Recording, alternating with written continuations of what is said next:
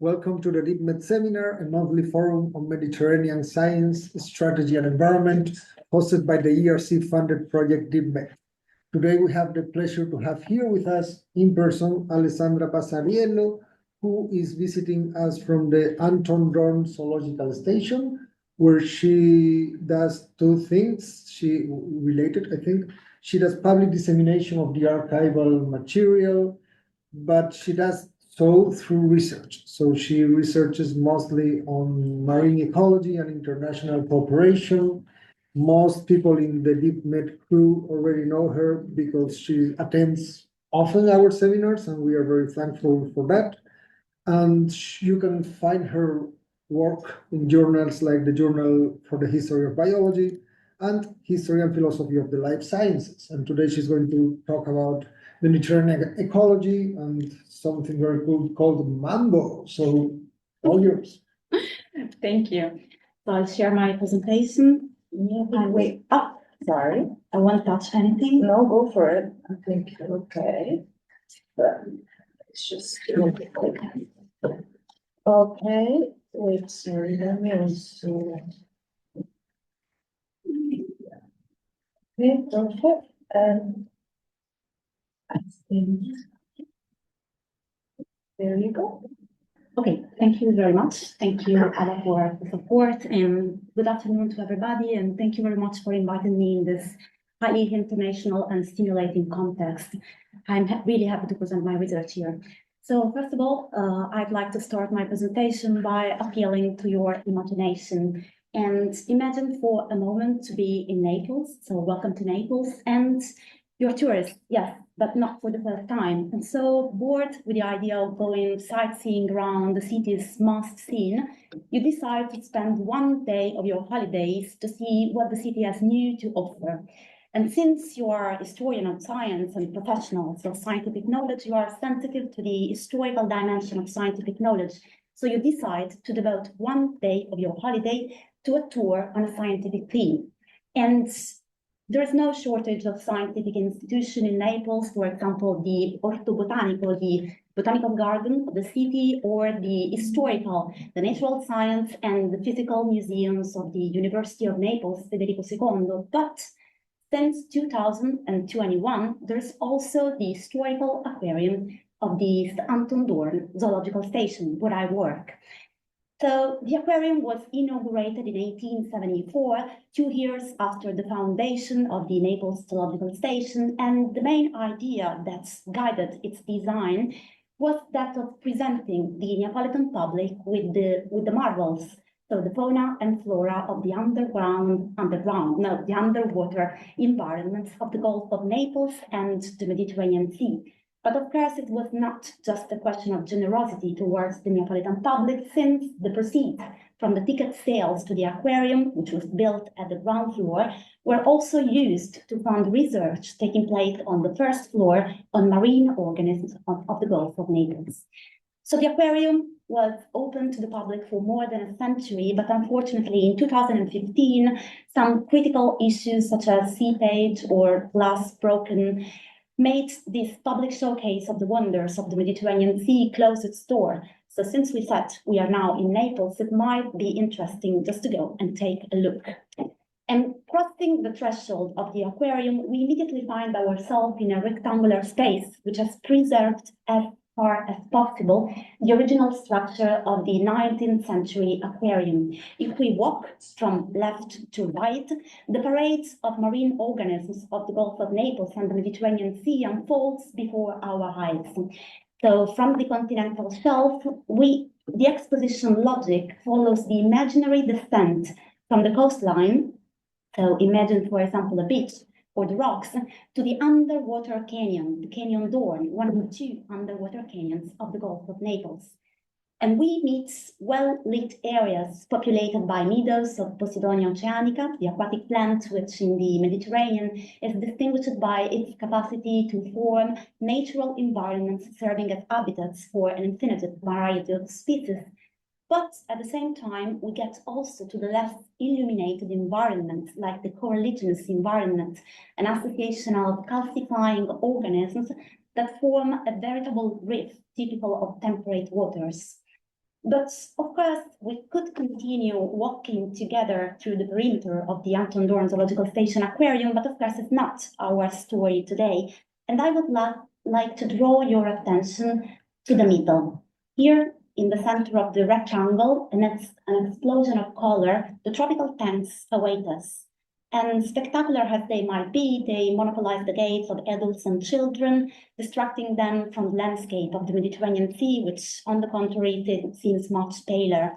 But the question is, why are tropical aquarium in an aquarium dedicated to the Gulf of Naples and to the Mediterranean Sea? And, well, the clownfish, which, as you might know, was made famous by the exploits of Nemo, and the scorpionfish, Perois bolitans, with its almost deadly touch, and many other several inhabitants of the tropical seas are there to remind us that the Mediterranean Sea is not immune to change. And scientists tell us that global warming and pressing environmental issues due to human activities are having a predictable impact on the Mediterranean Sea.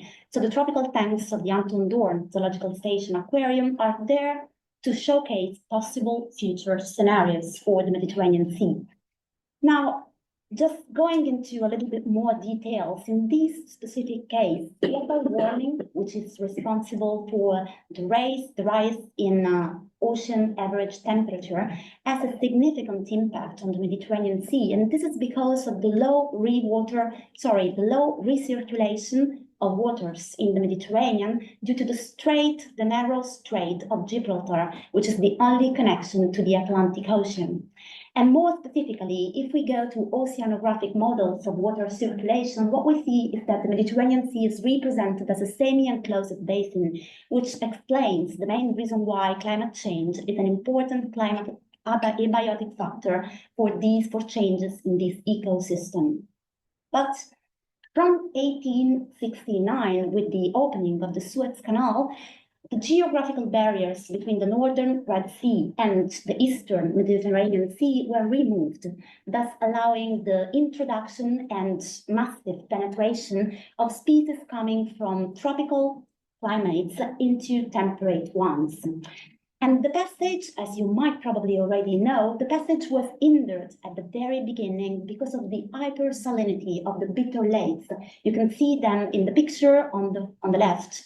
Actually, the bitter lakes are two, the Great Bitter Lakes and the Lesser Bitter Lakes, which together divide the Suez Canal into two sections. The first to the lakes to the north, to the Mediterranean, the second to the south, from the lake to the Gulf of Suez. And over time, with the influx of waters from the Mediterranean Sea and from the Red Sea into the canal, the salinity of these lakes has diminished, and also the ecological invisible barriers that hindered the penetration of organisms, the directional migration of organisms through the canal, have been removed. So the point is that the adverse effect of Lessepsian migration as the phenomenon has been named after the name of the French engineer Ferdinand de Lesseps, who oversaw the construction of the canal, are well known today in literature. So it's mainly effects on native species, on native communities and ecosystem, and last but not least, on the economic services that coastal societies benefit from. But what we know is that despite the outcry of the scientific communities, international scientific policy makers and marine protection organizations didn't manage in discouraging further techno-scientific attempts and in encouraging, on the contrary, a more far-looking protection and management of this marine environment. So, for example, in 2014, the Egyptian government announced the widening of the canal, and particularly the widening of the Bella bypass by 35 kilometers, which means an increase in the speed of the transit lines, but also an almost doubling of the transit capacity of the canal from 20 from 47 to 98 ships per day. And this new Suez Canal, as the initiative was named, was officially inaugurated on August 6, 2015. So what we know is that despite not being perceived as a techno-scientific triumph as it was perceived in the 19th century, the widening of the new Suez Canal was still sold to the community as a powerful socio-economic vector, as a powerful vector for socio-economic development. And this is one which the natural environment will have to reckon with in the future. So the question is the one of the Anton Dohrn Zoological Station an apocalyptic aquarium? And the answer is, of course, not. It's just an aquarium that, like many others in the world, has fully embraced the educational mission, which is more and more demanded by scientific institutions, which is the one of promoting ocean literacy and particularly the knowledge of the ocean and of the main environmental issues that affect them. One point which I would like to draw your attention to is that this public representation of the so-called tropicalization is not one that is limited to the marine ecoregions that surrounds the opening of the Suez Canal. So as you can see, for example, in this picture, what today we would call in biogeographic terms, the Levantine ecoregion. On the contrary, this public narrative of tropicalization involves the whole Mediterranean Sea and even identifies the Gulf of Naples, which is the part of the Mediterranean Sea which is considered more either emotionally and geographically more close to the aquarium visitors as a potential target of tropicalization. So, to sum up, the introduction of alloctonous species from the Indo-Pacific into the Eastern Mediterranean Sea is therefore represented as a global ecological phenomenon, the dynamics of which are represented on a basin scale, and the tropicalization of the Mediterranean Sea is perceived as a shared problem. So the question is, and the historian who lies in us starts to think about how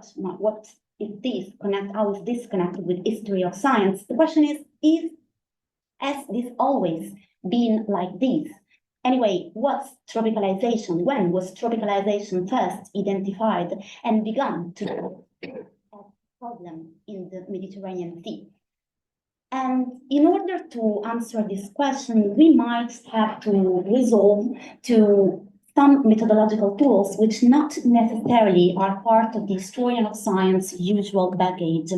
And what I mean is that if we want to know when tropicalization was first identified, we need to find a tool that allows us to travel back in time and to identify when the first species coming from the Indo-Pacific Ocean were detected, were reported in the Mediterranean Sea.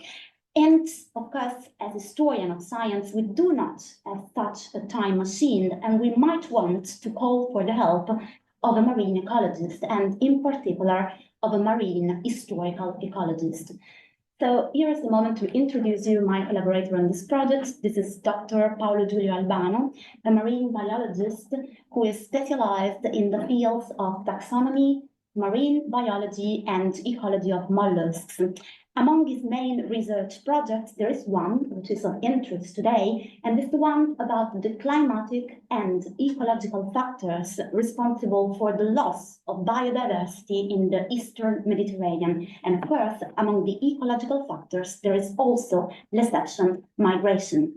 So what I thought we could do is to ask Dr. Albano when the first species from the Pacific Ocean were found in the Mediterranean Sea, and to use his expertise on paleoecology. In other words, what I thought is that 4 different kinds of information criteria were necessary in order to answer this question. The first was to have a sound taxonomic and biogeographical knowledge, so to be able to identify species coming from the Mediterranean and species coming from the Red Sea.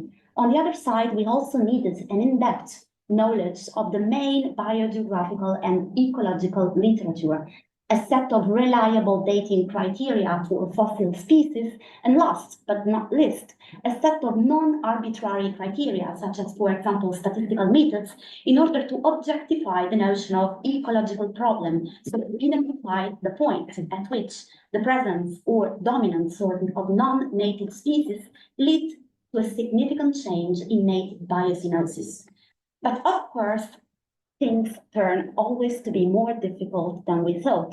And Dr. Albano explained me that due to the massive emission of radioactive atoms in the marine environments due to atomic experiments carried out in the last decades, the classical radiocarbon methods that are used by paleoecologists to estimate the date of fossils are too approximate to distinguish between time windows of less than a century. So, in other words, if we ask Dr. Albano, who uses only paleoecological methods to tell us if the first species from the from the Indo-Pacific Ocean entered the Mediterranean Sea 30 years after the opening of the Suez Canal, the paleoecologists could answer us, yes, 30 plus minus 20, which is, of course, a margin of error which is much greater than the accuracy of the desired measurement. So we cannot really use paleoecology in our historical analysis, but this is not necessarily the end of our opportunities, symbiotic opportunities of collaboration between us, historian of science, and our marine ecologists.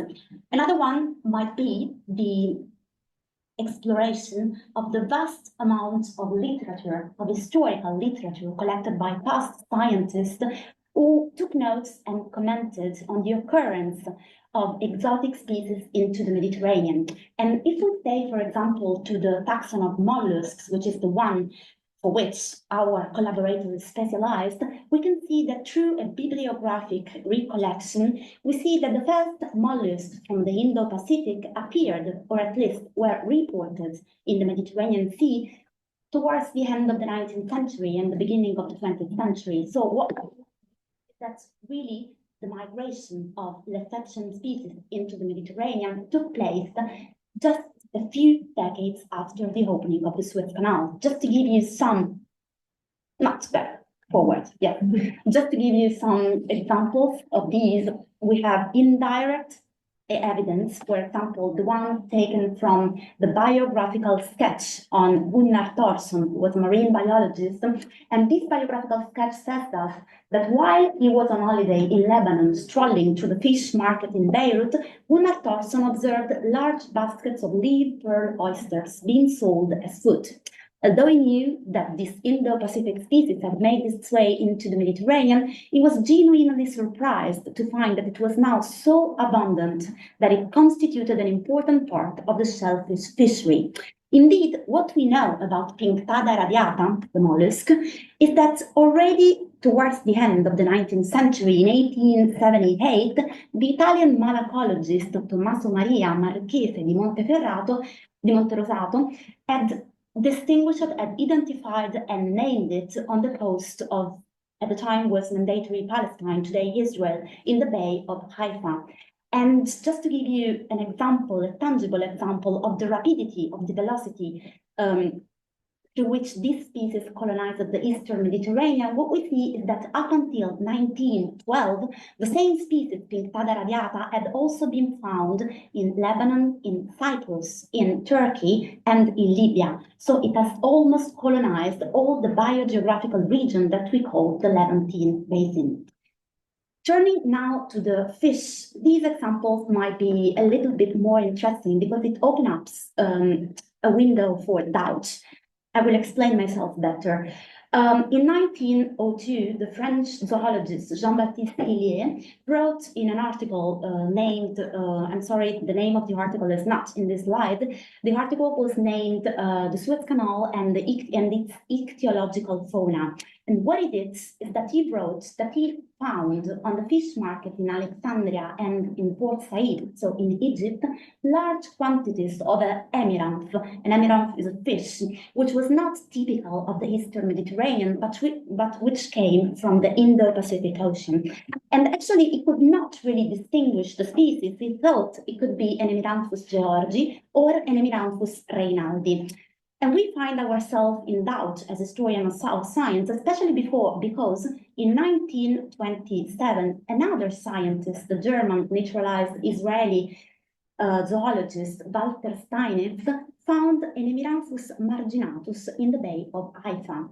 And the same, Steinitz knew that Emiranthus marginatus was not typical of the Eastern Mediterranean, but in order to find support for his claim, he went back to the article by Tillier, his French predecessors, and he checked whether in the fish checklist reported by his predecessors, he could find an example of Emiranthus marginatus, and he couldn't. So what he did is to delegitimize the authority of his predecessors. So we read, Tillier says that large quantities of amaranth called Emiranthus georgi or reinaldi were being sold in Port Said and Alexandria. However, the names georgi and reinaldi are not synonyms for the same species, but they refer to two different species. And as a result, the author has not arrived at an accurate diagnosis. So in the end, what Steinitz does is to delegitimate the taxonomical competence, expertise of his predecessor, and to affirm that the species that he had detected in the fish market of the Egyptian cities, in the end was exactly the same Emiranthus marginatus that he had found in Haifa. So briefly, our problem as historian of science is, who do we trust? We trust Steinitz or Tillier? And maybe for this reason, it might be even clearer why we might resort to the help of a marine historical ecologist, and in this case, a marine historical ecologist who is an expert on the taxon of fishes.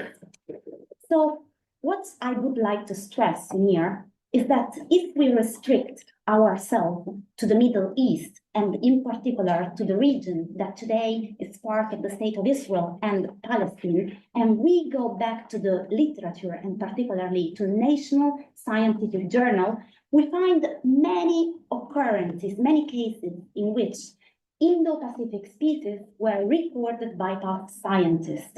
But in this case, the species were recorded. Sometimes the species were also described as abundant, but what we are missing in this case is a theoretical framework that qualifies the phenomenon as a recurring, systematic ecological process. The same is true if we go, for example, into international scientific journal. This one is an example by 1947. It is a paper published by two Israeli scientists, Georg Gast and Hans Steinitz, who make really a list of Eritrean fishes, but they do not provide any theoretical framework to explain the phenomenon, to explain the causes of the phenomenon, and potentially to understand the impact of Lessepsian migration, a term which at the time was completely absent on the native ecosystem. So what I would like to stress is that in this literature, which arrives up until the end of the 1950s, what changes is not considered to be the natural environment, what today we would call the ecosystem, but the habitat of each species. Species can be either from the Red Sea, they can be from the Mediterranean, but there are also checklists after the opening of the Suez Canal in which these species are shown to change their habitat. We would say, as historian of science, that we are probably facing a lack of imagination. And this is because we might ask ourselves, if exotic species are there and they can be observed by scientists, this means that the research infrastructure, such as Marine Biological Station, and the intellectual tradition in taxonomy and biogeography is already available. So why scientists don't conceptualize the phenomenon of Lessepsian migration as a regular, systematic process, ecological process. And we know, because of course we know, that in terrestrial ecology, the concept of biological invasion has been not really introduced, but boosted with the publication of Charles Elton's book, published in 1958, The Ecology of Invasion by Animal and Plants. We also know that before the publication of this book, there were many other authors who had already published on the movement of species, the dispersal of species, the wandering of species, and so on. So they had used a different terminology. They had framed the concept in a more local way, but still they had made reference to the phenomenon. So we might say that by the late 1950s, the phenomenon of biological invasion was well established in the terrestrial marine ecology. But we also know that marine and terrestrial ecology have developed as largely separate intellectual endeavors, which have hampered the search for general patterns and mechanisms. This is why the main question that I'm trying to answer is how has the concept of biological invasion migrated from terrestrial ecology to marine ecology to the point that in 1951 and in 1961, 71 and 1978, just to give you two examples, we find this concept of Lessepsian migration, which is one particular case study of biological invasion, so accomplished, so established that it can make its appearance in a title. So the title of the first article of Francis Dohrn, a marine ecologist from Israel, entitled "The 100 Years of Suez Canal, a Century of Lessepsian Migration." In this article, Lessepsian migration are mentioned as 100 years as past since one of the biggest biogeographical experiments started with the opening of the Suez Canal. So the concept is already well. So just to get to the heart of the presentation, just let me check. Yes, fine. So to get to the heart of the presentation, which is also related to the Marine Association for to the MAMBO, Marine Association for Marine Biology and Oceanology. My main interest as an historian of science is to track the network of scientific knowledge circulation that made it possible for the concept of Lessepsian migration to go from terrestrial ecology to marine ecology, or if this is not the case, to take shape in the context of marine ecology. And the reason why you see before you a representation of the world map with no particular points mentioned is that this is tracking this knowledge network is very difficult because of the scarcity of historiographical literature in marine ecology, and particularly in marine ecology in the Euro-Mediterranean area. So this network looks more like a canvas yet to be woven. So what we can do in this situation is only to dust off our hands and to go straight to the archives. So let's enter together the candlelight atmosphere of the historical archives of the Anton Dohrn Zoological Station. And here, thanks to the recent openings of deposit archives, we could come across 13 folders with a very curious inscription on their back.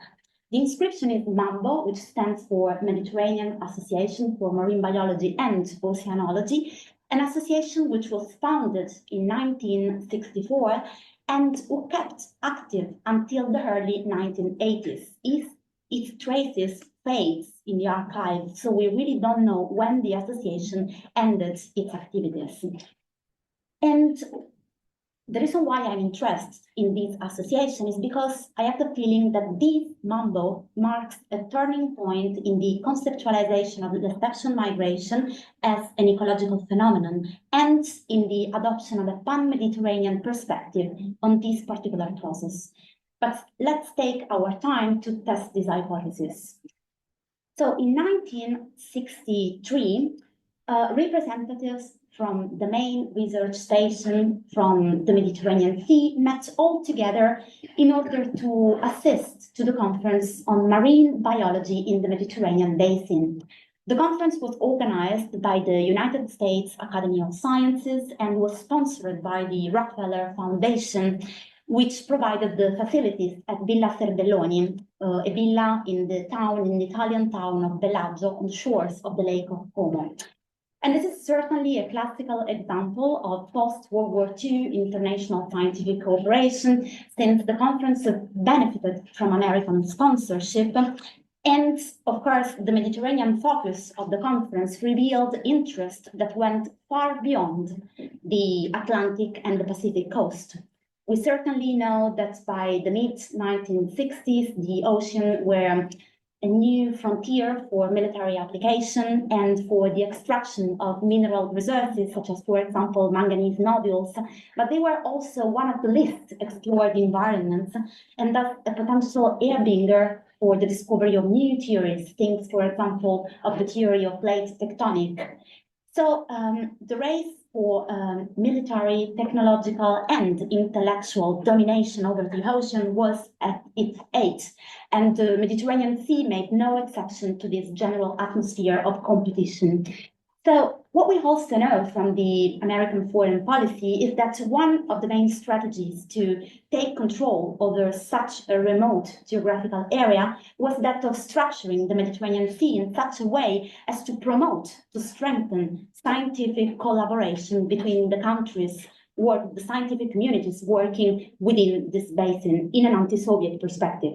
So we can certainly frame the Bellagio conference within this broader atmosphere of international scientific cooperation. We might say American-driven international scientific cooperation, but MAMBO has an origin which is much more hybrid. Almost 1 year after the Bellagio conference, 47 representatives from the main biological station of the Mediterranean Sea, and particularly from 15 countries, met together at the Naples Zoological Station, invited by the then director of the institute, Pietro Dohrn, in order to found the first scientific association which would bring together, ideally, all the marine biological laboratories of the area. And the main goal of the association is well exemplified by the opening sentence of the conference report. Marine biology is a unitary science, but not a unified one. So the advancement of marine knowledge could be considerably facilitated by the creation of regional confederation of marine biology stations. So the main goal is to unify marine biological and ecological knowledge, and to unify scientific research on marine ecology and biology within the Mediterranean Sea.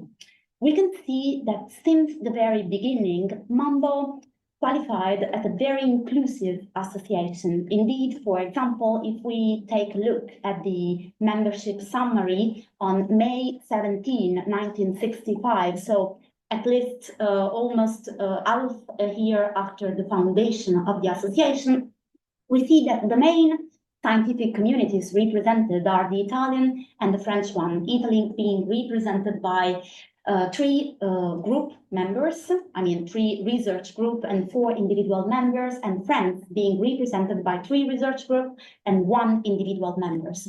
But other communities were also represented, such as, for example, Lebanon, Israel, Malta, Turkey, Spain, and also Algeria.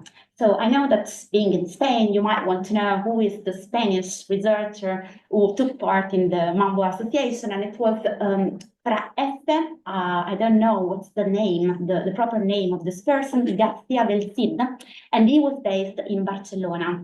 So MAMBO membership for Spain, so his membership to MAMBO was not an individual membership, but was a group membership. So this means that there were more researchers coordinated by Francisco F., we imagine, Garcia del Cid, operating in Barcelona. So there is more research to be done on this subject. So what we can see, just taking a quick glance at the membership summary of MAMBO, is that both the Eastern Mediterranean and the Western Mediterranean were very represented from the beginning, but the same cannot be said for the North-South divide in the Mediterranean Sea, with only one individual researcher from Algeria enrolling into the organization. Working into the archives, reading further documents, what I could see is that the participation of the Maghreb, North African countries increased through time with the entering of Tunisia, of Egypt, and of Libya within the association, and particularly with Tunisia playing a very important and active role in the organization of training courses concerning problems related to fishery. So we might say that through the life of the association, the North-South divide was progressively, we might say, filled. So the first main goal of the MAMBO association was to create a shared environmental marine culture within the scientific communities working in the Mediterranean Sea. And this is why on the first official meeting of the executive committee of the association, which took place on March 1st, 1965, the executive committee identified the organization of advanced training courses as one of the priorities for the association. Indeed, the association of specialized training courses was instrumental in shaping a new generation of marine biologists who adopted a pan-Mediterranean perspective on the same ecological processes, on the same ecological problems encountered on the regional level. And this organization of courses started already in 1965, so the first year of life of the association, with the first being organized at the Royal University of Malta and the second at the American University of Beirut. The third course, which is interesting to us with respect to Lessepsian migration, is the one organized at the end of 1965 during the Christmas holidays in the city of Eilat on the Red Sea in Israel. And this course was basically focused on tropical ecology. The course on tropical biology. The course was sponsored both by MAMBO, so the association, and by the Hebrew University of Jerusalem and the Israel Research Council. And the main focus of the course was to make Mediterranean scientists become acquainted with tropical biology, with a far-looking view on how the Mediterranean might evolve in the nearest future. So this will become much clearer in a couple of minutes. The second main goal of the association was to set up cooperative research project that might resolve one of the main problems associated with the study and monitoring of a highly fragmented natural environment, such as the Mediterranean Sea. So an environment which was traversed by social, geopolitical, and cultural tensions, we might say.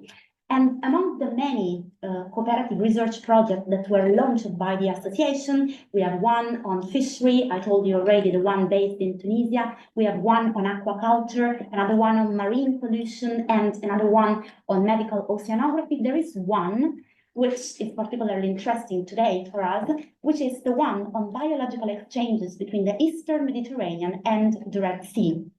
This is a project that took shape almost at the very beginning of the life of the association in 1965, on the occasion of the General Assembly, which was held in Malta towards the end of November 1965. The Assembly decided to identify a special committee who would write down a proposal for the study of this subject.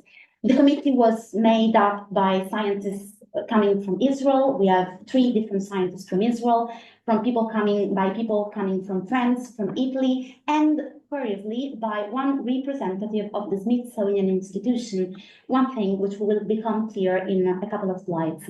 So the main thing is that the research cooperative project on biological exchanges between the Eastern Mediterranean and the Red Sea had to be first organized, structured, and then presented to the UNESCO conference, who took place 1 month after in Split, in Croatia, during the month of December. And the main reason why this presentation was very important was because MAMBO membership fees were not enough to fund such a cooperative research project, and the aim was to intercept international funding coming, for example, from the General Fishery Commission for the Mediterranean of the Food and Agriculture Organization, from the CIESM, which is an acronym for Commission Internationale pour l'Exploration Scientifique de la Mer Méditerranée, and many other international and national, we might say, political stakeholders.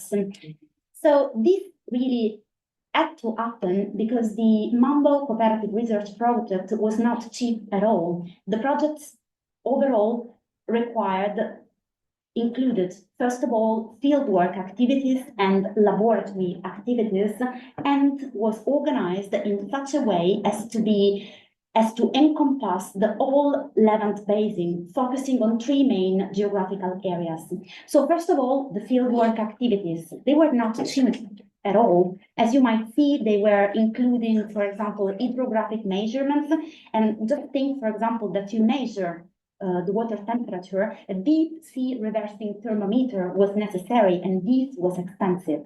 The same was true for water sampling, which was done through the aid of Niskin bottles, the same, which had to be bought, and of course they were also very expensive. Another important thing is that once the water and the biological samples had been sampled, they had to be taken into the laboratory for identification, sorting, and further processing activities. And this had to be done through the establishment of a sorting center in the Mediterranean, and particularly in Israel, to the aid of the Smithsonian Oceanographic Institution, which in 1962 had already established the first oceanographic sorting center in the United States, and which had now to, let's say, lend its own knowledge to establish such a center also in the Mediterranean. Let me please check how many minutes. Okay, I'm fine. I can conclude easily. So we said before, fieldwork activities and laboratory activities, and these required a huge amount of funding. But the same was true also for the geographical coverage of the project. Just think, now this map is not part of the documentation, it's just a map that I could find on the internet, because no maps, unfortunately, are available in the archives. And Zone 1 included the littoral waters of Israel and the extraterritorial waters to which Israeli boats had access to. So you have to imagine Zone 1 divided into 2 subzones, the Mediterranean and the Red Sea one. Then we had Zone 2, which included the North African countries from the Gulf of Benghazi in Libya to the eastern borders of Egypt, with Israel, and Lebanon, the coastline of Lebanon and Syria. Then we have Zone 3, which was made up by all the territorial and extraterritorial areas from Cyprus to Rhodes. So basically Turkish waters, Turkish and Greek waters. And the interesting point to me is that in this case, research zones in the Eastern Mediterranean reflect maritime boundary claims in the 1960s. And also more interesting is that sometimes these zones, like for example, Zone 2, which includes the North Africa and Lebanon and Syria, also reflect geopolitical alliances, because in this case, Zone 2 reflects the alliance, even if it's not political, but at least the cultural and the historical alliance between Arab-speaking countries. So what I think, and here I'm approaching the conclusion, is that MAMBO as an association did a veritable stride in the 1960s, because it managed to overcome 3 different, we might say, obstacles. The first was the epistemological obstacle, because for the first time, Lessepsian migration were thought were conceptualized as a systematic and not an accidental phenomenon, and their conceptualization was not limited to local areas, but was intended in a more, if we can't already say pan-Mediterranean, we might at least say pan-Levantine approach. The second obstacle was, of course, the geopolitical one. For the first time, scientific communities, which saw as almost impossible to cooperate, found themselves in a framework, in a scientific institutional framework that allowed for collaboration, even if collaboration was not direct. As you can see, the division of zones tell us that there was no real communication with scientists, but at least there was comparison between the results and the standardization of methods. And finally, the third obstacle, the epistemic one, it was the very first time that Lessepsian migration was not only conceptualized, but sold to public stakeholders as a problem, as something with which environmental organization and marine policies had to reckon with in light of future possible scenarios. So I will conclude with two very short images. And the first is something which I'm really involved into.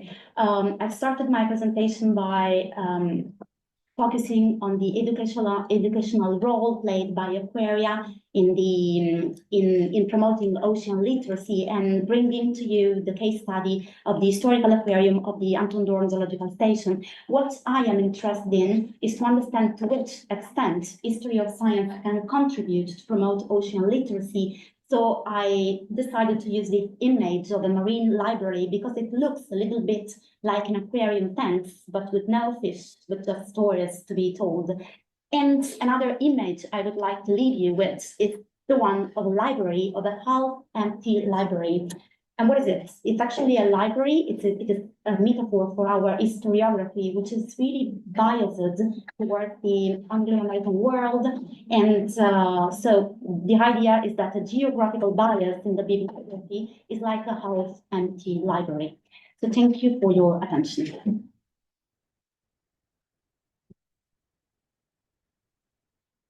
Thanks a lot, Alessandra, for this very well narrated talk and very visual as well. Thanks a lot for the effort, because it's been really a pleasure, almost like watching a movie. Thank you. So the floor is open for questions. I'm sure there are some pressing ones. I've got a question about something which you didn't mention at all, but which might be interesting here, if my hunch is right. That is, you were talking about Dohrn, who is a German guy setting up an aquarium in Naples. You didn't really say why that was happening. And I'm wondering if it has to do with many German researchers coming there in the 1860s and 70s after Ernst Haeckel's initial researches in the Gulf of Naples. And is there, a very German side to the origins of the aquarium there? Absolutely, yes. I mean, I didn't mention because the history of the founding of the Naples Zoological Station is really a history which has been written, right, and even very well written by other people than me. And particularly, I suggest readings by Christiane Gruben, my colleague, who is still working in the historical archive, even if the workings are from Christiane Gruben. Yeah.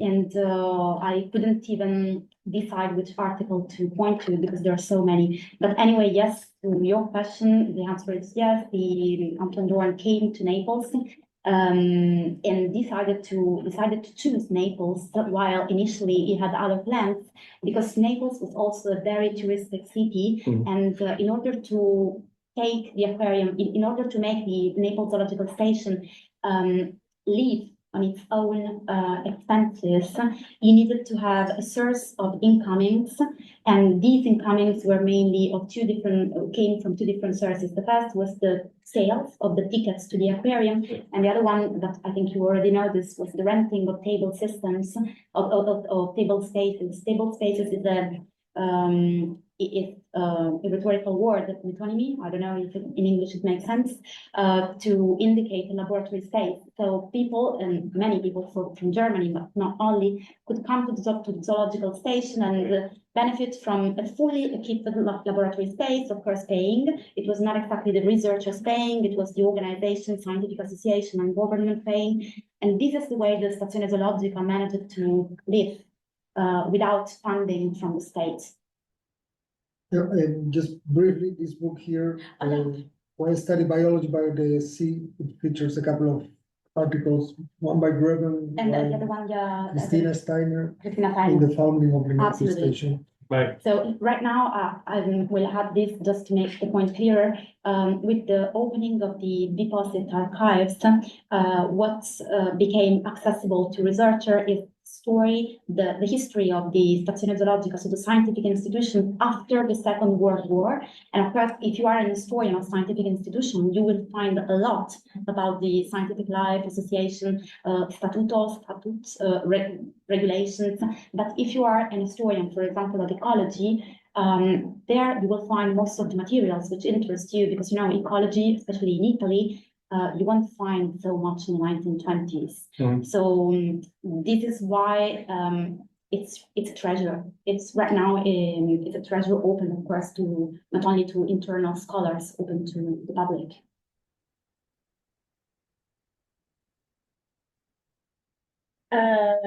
Thank you so much. This was amazing, very interesting. I had a question about sort of the training courses that you mentioned, a bunch of different ones, one's in Tunisia and one that was then, the ones that were then sort of standardized, I guess, Yes. by MAMBO. Mhm. And I was just wondering if you have any details about sort of the transfer of knowledge within these, how does that work? How is that sort of, again, who are the experts that are giving or teaching? Is there a sort of bilateral transaction of knowledge or multilateral, or is it, again, unilaterally following potential sort of, you know, politics of knowledge as well?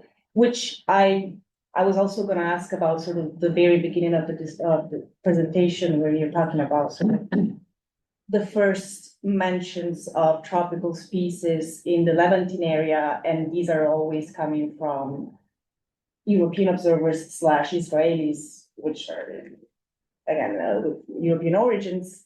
So again, I'm wondering, is there anything about local sort of perceptions, testimonies, again, mentions of these tropical findings coming from, again, local Arabic communities in the Levantine area that is not outside of Israel? Or is that, again, something that hasn't really translated in historical records? Thank you very much for this question. No, they are really that what I would have liked to add, but of course there is no time to make everything fill in. Yes, so concerning the advanced courses, we have everything. I mean, we have the names of people attending the courses and their provenance and their institution of affiliation. Of course, these are data, so we have to extract meaning from the data, and using your decolonial, post-colonial perspective, data are useful because, for example, you can see that courses are organized, they were organized very regularly, and you can see, for example, that courses organized in Lebanon or in Egypt or in Tunisia had no Israeli attendance. On the contrary, parallel courses were organized in Malta, so to give everybody the possibility to get the same training, and but of course respecting unwritten social and, in this case, geopolitical atmosphere. And this is the first thing. And then you said also whether the transfer of knowledge could be considered unilateral or not. And here it's still work in progress, because I see that during the first years, the courses, the experts who feature as professors in the courses all come from the Western Mediterranean or from Israel. Yeah. But as this concerns the very first courses of the 1960s, So what I would like to do is to see whether the situation changes once that Tunisia becomes one of the very, very acting, and we might even say leading institution within the MAMBO association. So this is a question that needs further answer. And also another interesting point is the level, the hierarchy. But this is not post-colonialist, this is more like social perspective, because the training was not only delivered to scientists, but it was also delivered to master students and, interestingly, to teachers of secondary schools. So there was really an attempt, that's why I say an attempt to build culture, because culture, of course, you don't do culture only at university, you also start from the very beginning. And so this is the first of your question and attempted answer. And the other one concerns the, you told me the Arabic communities, whether there is evidence of the first exotic species coming into the Mediterranean. I think that in order to answer this question, we should look at another kind of service, because when you look at scientific articles, especially at the very beginning of the 19th century, you have colonies, you have science, even if maybe the language is Arabic, but people who do science, they speak French. And even if they speak Arabic, they will write in French, because French is the science language. So if you want to know, most of the evidences come from fish markets. So this means people are selling this fish. And in order to sell this fish, it means that the fish must be abundant. And in order to catch this fish, you must know which are the reproductive habits of the fish. So you necessarily know something about the fish, and who knows is not necessarily the biogeographer or the scientist, but might also be the fisherman, who unfortunately didn't write anything. But we might, for example, have a look into cultural evidences. So, for example, magazines, I don't know, but this one would be in Arabic. So, of course, I wouldn't have access to this kind. I would have to ask for a collaborator. Yeah, but this is amazing. That would be Something that I could do, yes. Right. Thank you. Great answer.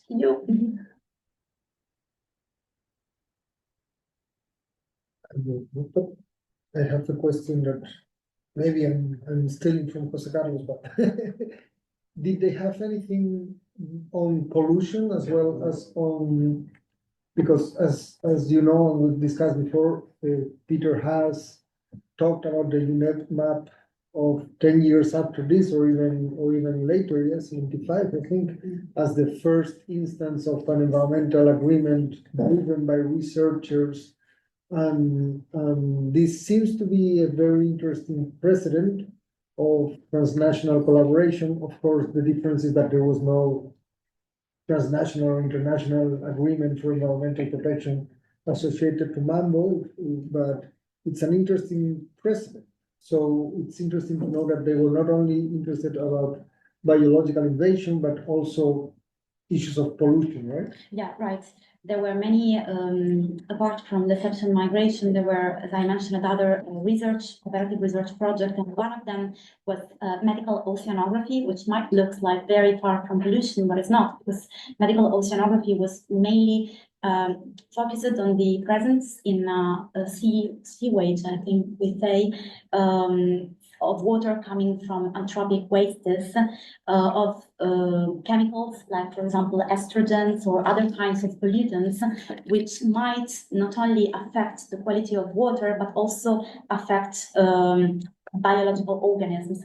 So I don't feel exactly comfortable in saying this is the first conceptualization of the phenomenon of bioaccumulation and biomagnification, as I would feel comfortable in saying this is the first conceptualization of the phenomenon of Lessepsian migration, because I have not expanded on this subject. But yes, there is a lot of interest towards marine pollution, which is detrimental to the ecosystem, and pollution which is also detrimental to human health. Yeah, human health.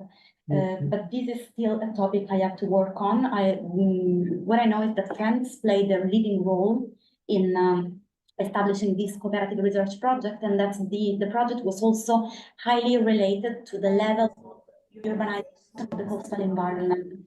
So there is the socio-economic factor which is considered in the evaluation of marine pollution. This link with the urbanization of the coastal society or coastal environment. Yes, that's good. And it's also interesting that France was the leading on that particular branch of research projects, because I also wanted to ask who was leading what, yeah, because it sounds like people got together, but from what you say, it also sounds like within that umbrella of scientists, there were some people pushing more than others, and there were probably some people pushing more than others in one direction and then in others. So that's super interesting. You didn't mention many specific names in this talk, but I'm sure you have identified certain institutions or countries or scientists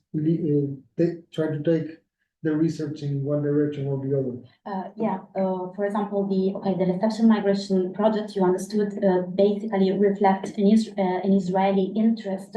I wouldn't say it reflects an Israeli interest. I would say it was led by Israel, but the interest was also highly perceived by neighboring countries, because of course the sea is common.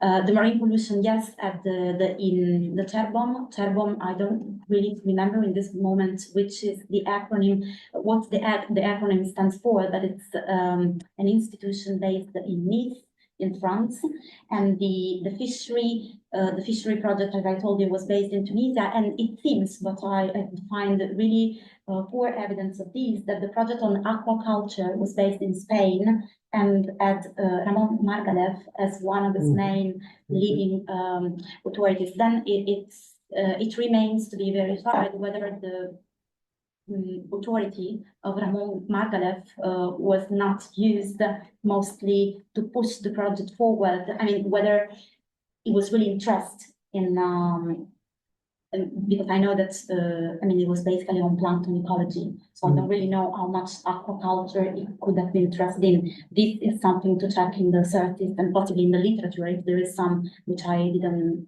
notice already. So, yeah. Okay.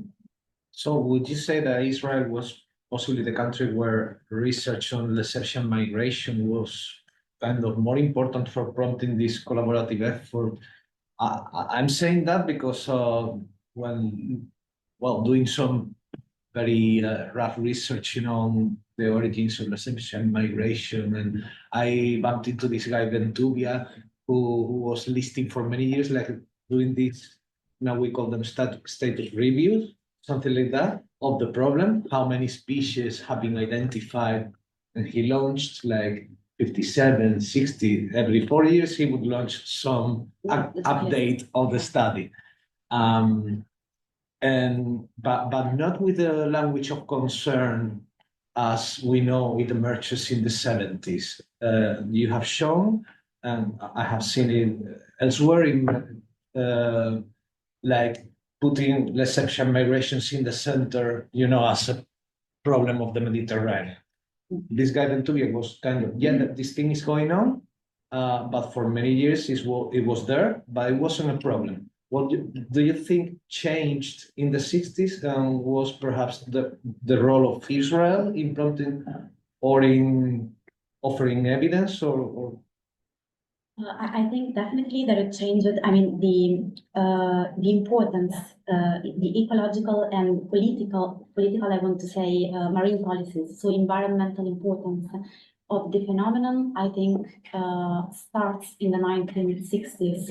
I mean, the perception of the importance of the phenomenon starts in the 1960s, and I think that the Israeli scientific communities made, offered a lot of important data, evidence of the occurrence and of the importance. I don't want to say importance. I want to say of the impact of the phenomenon on native biosynosis. But then I think that without MAMBO, without this national association. Well, of course, we cannot do experimental history, so we don't know how it could have evolved without the association. But I have the feeling that the association played a huge role in making the problem visible to a broader audience, not only as an Israeli problem, not only as an Egyptian problem, but to see it as a Levantine and so Mediterranean problem. So this language of concern, which you were mentioning before, I can find it for the first time in these publications from the 1970s, which are the result of the activities in the 1960s. We never know. Might come up a publication from the 1940s. I didn't consult, but the vast majority of the literature points in another way, in another direction. And also, it's connection you find between the problem being there, you know, and this kind of opportunity concept coming along, you know, the idea of invasion, the ecological concept of invasion, you know, like both at the same time, right? The ecological concept of the concept of ecological invasion coming or appearing more or less at the same time as this widespread concern was emerging among scientists in the Mediterranean. It makes me think about the chance, you know, sometimes in getting this for things to happen, you know, in this case, a public concern based on science and international collaboration among scientists about certain issue, you know, and the importance of words, you know, sometimes because invasion is a very loaded term, you know. Yeah, in this presentation, I didn't really mention all the problems associated, linguistic problems associated with the word, as you might not have, noticed this because it was not on, it was on purpose, but I didn't want to make it explicit. I used the term alien in the title, and then exotic, and then non-indigenous, and then whatever, just because I know that all these words are a part of the discourse in a Foucaultian sense, I don't know. So when you use this word, this lexicon, you are delivering a message. For example, when you use alien, you generally want to scare. So, and you want to scare or to raise public awareness in a way which is traumatic. You want to say, we are on the verge of a catastrophe. And on the contrary, when you say non-indigenous species, it looks like, where do they come from? I mean, what is indigenous? When you say exotic, you mean that the Mediterranean is becoming, I don't know, you think about warm beaches and you sunbathing in November. And now I'm making a little bit of a joke, but in this presentation, I didn't want to take explicit part in none of these lexical choices. I just wanted to stay neutral because it's a bigger argument that probably deserves a presentation on its own, and not only on Lessepsian migration, but on the public discourse in the environmental crisis, which is presented to the public as something catastrophic sometimes, and possibly there are other alternatives, and maybe history of science can be one of these alternatives. So Pablo is writing, apologies for missing out. Following on our questions, I would appreciate to hear more on the discontinuities between research on radioactive waste disposal in the 50s and 60s and the boom of industrial marine pollution studies strongly emerging in the 70s. Any institutional political links? For instance, IAEA had a voice in the implementation and development of MAP, but it was a minor as far as I know. Okay. Pablo, thank you for your question. I will answer with an anecdote, which I found in the archives, so I don't know how representative of the whole situation is. You know, certainly that American fundings were very important after the war in Italy and in Europe. And one of the main American funding agencies was the Atomic Energy Commission. in our archives, there are evidences of the Stazione Zoologica asking for funding to the Atomic Energy Commission, and that, how can I say, promising that part of the research that would be carried out with this funding would be dedicated to the measurements of radioactive wastes, so of the level of radioactivity in plankton communities within the Mediterranean. And one of the responses of the US Atomic Energy Commission was that the Mediterranean Sea had not sufficient levels of radioactivity in the plankton to justify funding for the institution. So now I'm not an expert, so I cannot really tell you how important was the effect from an ecological point of view of radioactive wastes on the ecosystems of the Mediterranean Sea in the 1960s. But what I can say is that MAMBO research project on marine pollution was not focused on radioactive wastes, but mostly was focused on the wastes coming from the land. So whatever marine litter, whatever we produce for our societies, and then finishes and then terminates, how can I say, finishes life within the sea. So for example, today we would say plastic. In the 1960s, plastic was not such a common tool in everyday life. So probably not plastic, but other kinds of pollutants. But just to close the answer, I have no evidence for radioactive wastes. Any more questions? Anyone? I have a question. Please, Effie, go ahead. We're on. Hi, Alessandra. Thank you so much for the great talk. I really, really enjoyed it, obviously. My question relates to what your response to I don't see Alessandra. I speak for a moment, so maybe I appear. Yeah. Yes. It's not that I don't want to see you guys, but your response to Jip's question in the beginning about the station instead of like relying on state funding, actually depending on incomes from people visiting the station. And I think it's really, really interesting to kind of think of marine biology research as a touristic product at the time, because you mentioned that also the choice of Naples was due to its touristic allure.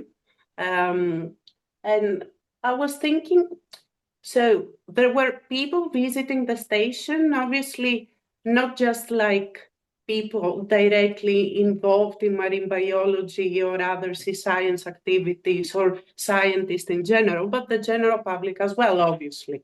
So I was wondering how did that evolve back at the time? How was the station promoted in the press? How did it, because when we try to think with today's terms, with contemporary terms, we cannot really understand how such institutions that were very pioneering for the time, how was this outreach actually, how did it unfold? Like, was it promoted in the press? Was it promoted in only specialized journals? How did it reach audiences outside of Italy, general public, coming from other countries who would visit Naples at the time? If you know, I mean, it's just that it's really interesting to think about marine biology. Of course, there was the aquarium and like really interesting things on display, but this was a scientific institution also. And it's really interesting to think about it as a touristic product simultaneously. You're definitely right. So I don't know everything about the Stazione, of course, but as I told you, on this specific aspect, what we have is the ticket sales to the aquarium, which of course there are no information on the people visiting the aquarium. We just know how many tickets were sold. We don't know the demographics. It's just like just a number of visitors. We might have, yes, just a number of visitors, then we have the registers, and another kind of information which might be useful to answer to your question is the newspaper press. We have many, how do you say, when you cut, cuts of newspaper press. So we can see from these cuts that there are newspapers from Italy, from Germany. So we can, and they were all collected by the Dohrn family of the time. So through the newspaper press, you can reconstruct how the marketing of the Stazione Zoologica of the time, you know, how the aquarium was sold to the public, how the visitors were intercepted. But if I have to be honest, I have not done any research on the public perception of the aquarium during the history of the Stazione. There is a lot of material, so you are very welcome to come and to make this research if you want. And I have to make this visit at all costs for many different reasons. So that's an additional one. For another story, yes. Yeah. You have a Oh, sorry. Can I follow up then on the last question? So what actually prompted my question was also seeing the name Dohrn in like a document from the 1960s. So I suppose that must be like a grandson or something of the original. Yeah. So and then It's nephew, sorry. is the question that I really have now, like us listening to Effie as well, is at what point and why did this become an institute that was no longer relying on ticket sales? I will come up very, very shortly. Has it to do with the Second World War, I suppose? No.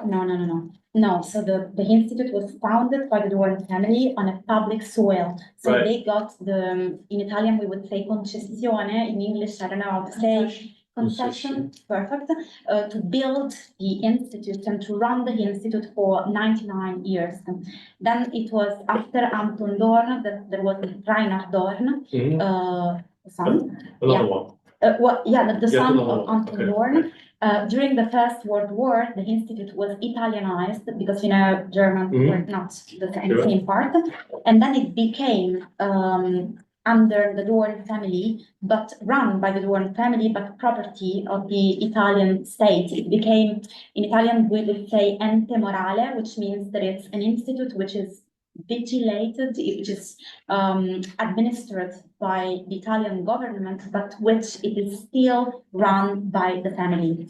And this continued with Pietro Dohrn, and in the 1967, the institute was commissioned. I mean, the state took the institute, and after a series of very complex events, it became a public research institute under the Ministry of Research and Instruction, and then the ministry changes all the time. So we might say the Ministry of Research since the 1982. And today it is still a public research institute, so funded by the Italian government. So, but it was not a public research institute when MAMBO. No, not yet. It was in the middle. When MAMBO was found, it was an ente morale. Right. So it's an hybrid form because it's not private. You cannot do whatever you want. I mean, the administrative council cannot do whatever he wants, but still there was a representative of the Dohrn family within the administrative council. And MAMBO, actually, in the institutional history of the Stazione, MAMBO comes at the very transitional point, because 1967, you see, it's 3 years after the founding of MAMBO, and after 1967, the Dohrn family went away. So part of the findings of the documents are not at the Stazione anymore, but they went away with the Dohrn family and to Lazio, an Italian region, where the Pietro Dohrn decided to go living. So you see that, and this is an aspect which might be interesting to archivists, for example, to see how heritage follows the paths of history, because you produce documents and sometimes documents stay in the same place they have been produced, but sometimes because of diverse claims they can move. So you have to trace documents and it's not always very easy. So yes, MAMBO comes in a very transitional period, very complicated political period for the institution. I mean, what is interesting about like the whole history of the thing is that the initial surge of the research there is led by individual German people who are very far from the Mediterranean, and then this institute becomes important, becomes a hub really of Mediterranean zoology research. But I would say that, Germans. And at some point, of course, they're not German often anymore, right? So, yeah. I mean, Germans were not German scientists visited very often Italy, especially marine scientists, because Italy, especially Messina, because of the straits, so you have a huge population, planktonic population, is very rich in biodiversity. So the Italian voyage, Italian journey was not something weird for the German scientists to do. The weird thing, if we might define it like this, is the idea to open a research institute in Italy for a German scientist. But this is a little bit also what makes the Stazione Zoologica so peculiar, we might say, so unique in a way. Not doing public publicity, not promoting. Thanks, it's really cool the whole history of the institute as well. Besides the research on which you focus, sorry for side. Here, all yours. All right, so are there any more questions? I think this was good enough. We are in time, so thanks a lot again for the wonderful presentations and for coping up with so many engaging questions. And we hope to keep on collaborating with you, and thanks a lot. Yeah. Thank you. Next month, by the way, we are meeting on June 11th to keep talking about the Suez Canal, but this time from a more geopolitical point of view. So it's about the opening of the Suez Canal and the making of the Mediterranean as a political unit. June 11th. See you there. Bye. I believe that the Egyptian government has also planned.